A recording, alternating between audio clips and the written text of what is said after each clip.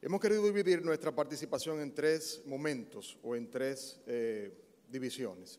La primera, a ratificar algunos datos con relación a las estadísticas que ya el licenciado Tobías Crespo ha señalado. La segunda, los fines de poder establecer unos antecedentes con relación al régimen de consecuencia, con relación a la Ley 241, que era la ley que precedía a la Ley 6317. Y finalmente, señalar la clasificación de las infracciones referentes a los accidentes de tránsito. Vamos a enfocar algunos datos de manera específica, de manera especial este dato que está aquí, que únicamente a nivel mundial somos precedidos de la isla de Niue, una isla de Oceanía que contiene 262 kilómetros cuadrados por accidentes de tránsito. Materialmente somos, como decía el licenciado Tobías, el primer país del mundo por accidentes de tránsito, muertes trágicas, y esto es algo que debe llamar a colación a los fines de establecer un régimen de consecuencia efectivo. Si nos fijamos en estas diapositivas, señalamos que los días donde más accidentes de tránsito ocurren son los días viernes, sábado y domingo, tomando en cuenta la hora que ha sido posterior a las 12 de la madrugada. Y esto tiene unas razones no estrictamente jurídicas, sino tal vez razones culturales, tales cuales que el mayor flujo de vehículos justamente se desempeña o se desenvuelve en ese tiempo, entre viernes, sábado y domingo, tanto para el interior como para dentro de las vías urbanas, y a la vez un componente que resaltó Tobías, la cantidad de alcohol en esos días se excede de manera considerable, y esto hace que la advertencia que tenga el conductor al momento de conducir un vehículo de motor disminuya. Resalto este dato: en el año 2016, 15.141 personas resultaron heridas, siendo únicamente 2.711 la cantidad de mujeres. Eso implica, y se desmitifica un poco la idea de que las mujeres conducen peor que los hombres. Esta estadística le dice a ustedes de que ciertamente, y esto no lo decimos nosotros, esto lo dice la estadística. Menos acceso. Las estadísticas son frías y no hablan. Bueno, eso se lo dejo yo a su discrecionalidad. Miren, aquí tenemos estas fuentes relacionadas con el Seminario de Educación Vial por el Ministerio de Planificación y Economía. Ya Tobías señalaba esa parte, resaltando este aspecto. 241.074 unidades se incrementaron en el año 2015. Si nosotros podemos interpretar ese dato de una manera material, nos vamos a dar cuenta que la infraestructura vial sigue siendo la misma en República Dominicana, salvo algunas circunstancias que pueden arrojar una mejoría en el tránsito. No obstante, seguimos teniendo las mismas calles y una mayor cantidad de flujo de vehículos.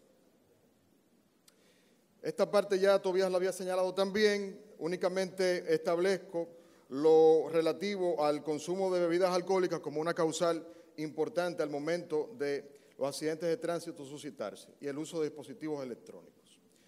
Vamos a entrar un poquito en materia con relación a los antecedentes del régimen sancionador. La antigua Ley 241, lo que más llamaba la atención con relación a esta ley justamente era el régimen de consecuencias. Este régimen de consecuencias nunca se desarrolló con todo su esplendor por múltiples motivos. Los actores del sistema no jugaban un rol efectivo para poder señalar las sanciones correspondientes. Y en el aspecto jurisdiccional, que nosotros lo veíamos, la mayoría de las sentencias en materia de tránsito en la etapa de fondo, que no está mal, pero se podría señalar como una crítica al respecto, siempre se establecía la suspensión condicional de la pena en virtud del artículo 341 y 41 del CPP. Esta situación da lugar a entender de que el común denominador, el conductor que conducía un vehículo de motor y era imputado en un proceso y posteriormente resultaba condenado en un caso en materia de fondo, pues casi siempre esa pena se suspendía en su incumplimiento. La Ley 6317 señala que las sanciones se van a gradualizar dependiendo de su importancia.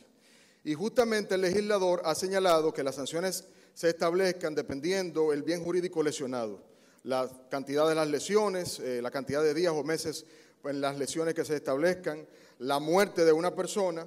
El legislador ha visto bien gradualizar las sanciones a imponer de acuerdo al bien jurídico que se encuentre envuelto. Por eso aquí el artículo 285 señala que se deberá aplicar una sanción por cada transgresión comprobada. Algo interesante es resaltar, que va a dar mucho de qué hablar en materia penal, es lo relativo a que va a haber un registro sobre los antecedentes del imputado. El Intran ha visto bien que, conforme a los reglamentos que la propia ley señala, va a manejar esta especie de registro donde va a hacer constarse todos los antecedentes que tenga un imputado en materia de tránsito. Algunas cuestiones interesantes a tratar. Nos hemos preguntado, y en la comunidad jurídica se ha discutido bastante, sobre la necesidad de una vacatio legis de manera total de la ley. La ley tiene un aspecto de una vacatio legis parcial con relación a la entrada en vigencia de los reglamentos, que se estableció la entrada en vigencia de 6 meses posterior a su promulgación, su publicación. Sin embargo, nosotros hemos visto bien, y hubiera sido bastante interesante que el legislador lo hubiera ponderado de esa forma, que la ley, esa vacatio legis, se hubiera aplicado en su totalidad.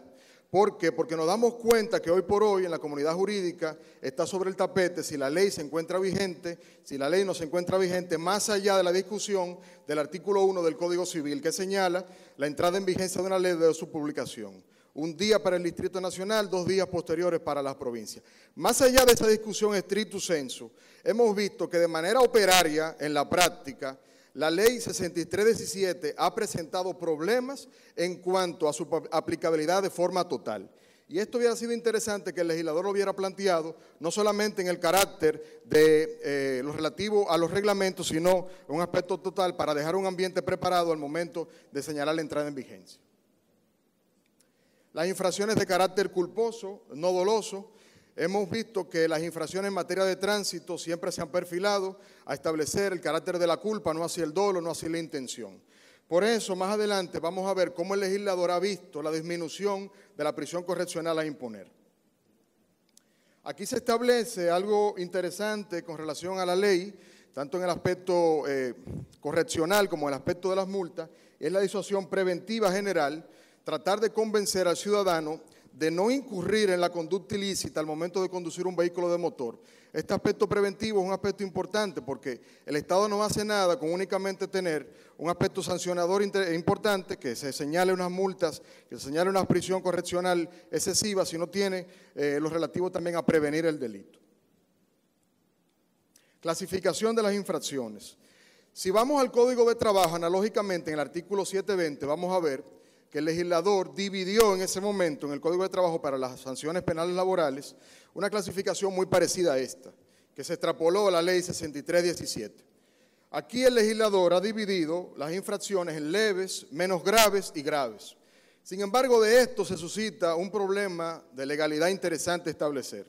Si bien es cierto que el legislador señaló la cantidad de la sanción a imponer por cada tipo de infracción, no menos cierto es que no estableció en carácter típico de la ley, el elemento de tipicidad, lo relativo a cuándo una infracción es leve, cuándo es menos grave, y cuándo es grave. Es decir, únicamente señaló las sanciones a imponer, pero no estableció el tipo penal por el cual podríamos decir esto va a ser grave, esto va a ser menos grave y esto va a ser grave o leve.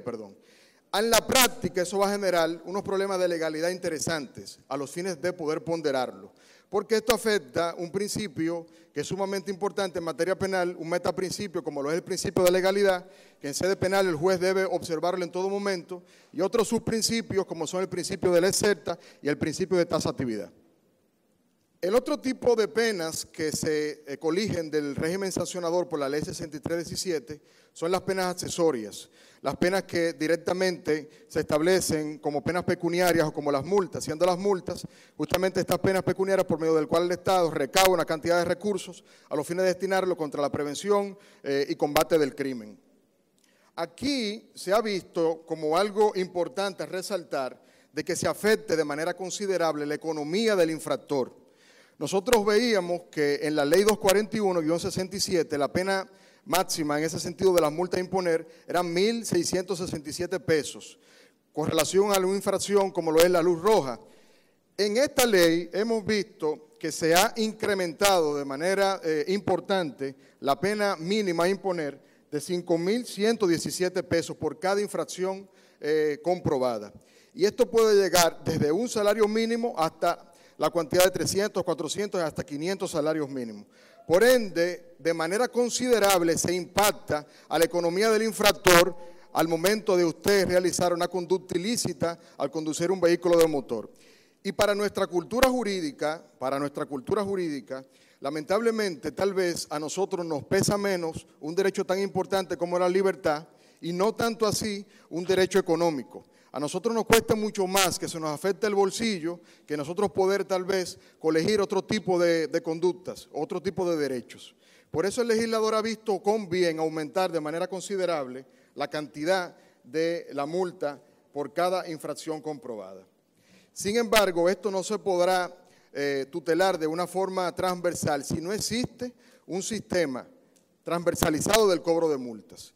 Es decir, que el actual sistema de multa que nosotros tenemos hoy por hoy, un sistema de multa caduco, no da el objetivo. Por eso vemos que muchos ciudadanos se quejan constantemente de la forma en que se maneja el cobro del sistema de multa, porque al final, de manera efectiva, el ciudadano luego de haber cumplido su pago inclusive, sigue apareciendo en el sistema por parte de la AME. Otro tipo de penas son las penas administrativas que quedan ya a rasgo del Intran. En este tipo de casos, como por ejemplo la suspensión de la licencia de conducir, aquí el Intran va a encargarse de lo que es la ejecución, pero en prima facie el juez de paz va a seguir teniendo una importante participación en lo relativo a la suspensión de la licencia de conducir. Suspensión que puede ser por un periodo de 1 año y en caso de reincidencia por un periodo de 2 años. Algo interesante que en la práctica penal se suscita bastante es lo relativo a que en materia penal siempre se discute el carácter de la reincidencia, si se ha comprobado la falta, si no se ha comprobado, más allá de la cosa del carácter irrevocablemente juzgado. Gracias a Dios esta ley establece de manera expresa que para poder hablar de reincidencia necesariamente tenemos que tener la transgresión comprobada con el carácter de la cosa irrevocablemente juzgada. Aquí algo que es un poco chocante en virtud a lo que establece el principio 2 del Código Procesal Penal de la resolución alterna de conflictos, es que no va a poder ser aplicada la reincidencia en caso de un criterio de oportunidad. Es decir, que al reincidente no se le va a poder aplicar un criterio de oportunidad. Otras sanciones que más bien están destinadas hacia los operarios del transporte, como son las empresas concesionarias de transporte público, de transporte privado, van a ser las suspensiones, la revocación o cancelación de los permisos y las licencias de operación, quedando esto a cargo del Intran, que es la autoridad máxima, o va a ser la autoridad máxima con relación a las materias de tránsito en República Dominicana. Imágenes como esta, ya para terminar, nos llevan necesariamente a preguntarnos y a reflexionar hacia dónde vamos con el régimen de consecuencia en materia de tránsito en República Dominicana. Y podremos decir que si este régimen de consecuencia se cumple de una manera cabal, no solo de una forma literal como lo establece la ley, sino corregir los entuertos prácticos que toda ley al momento de publicarse conlleva consigo, vamos a tener un régimen de consecuencia efectivo, vamos a tener un régimen de consecuencia que va a poderse cumplir en su totalidad. Por eso urge de una manera inmediata fortalecer la institucionalidad como marca país. Nosotros lamentablemente tenemos y teníamos una dispersión en materia de tránsito con relación a las competencias. Había más de 2 instituciones que versaban sobre el asunto de tránsito. Ahora el Intran va a tener la centralización de eso. Sin embargo, si nosotros no hacemos énfasis en que se puede establecer como marca país un carácter institucional marcado, donde cada actor del sistema, juegue su rol, lamentablemente no podemos apostar a la efectividad y eficacia de la ley. Me despido con esta frase: recordemos que conducirnos es un juego, con ello ahorraremos muerte. Muchísimas gracias.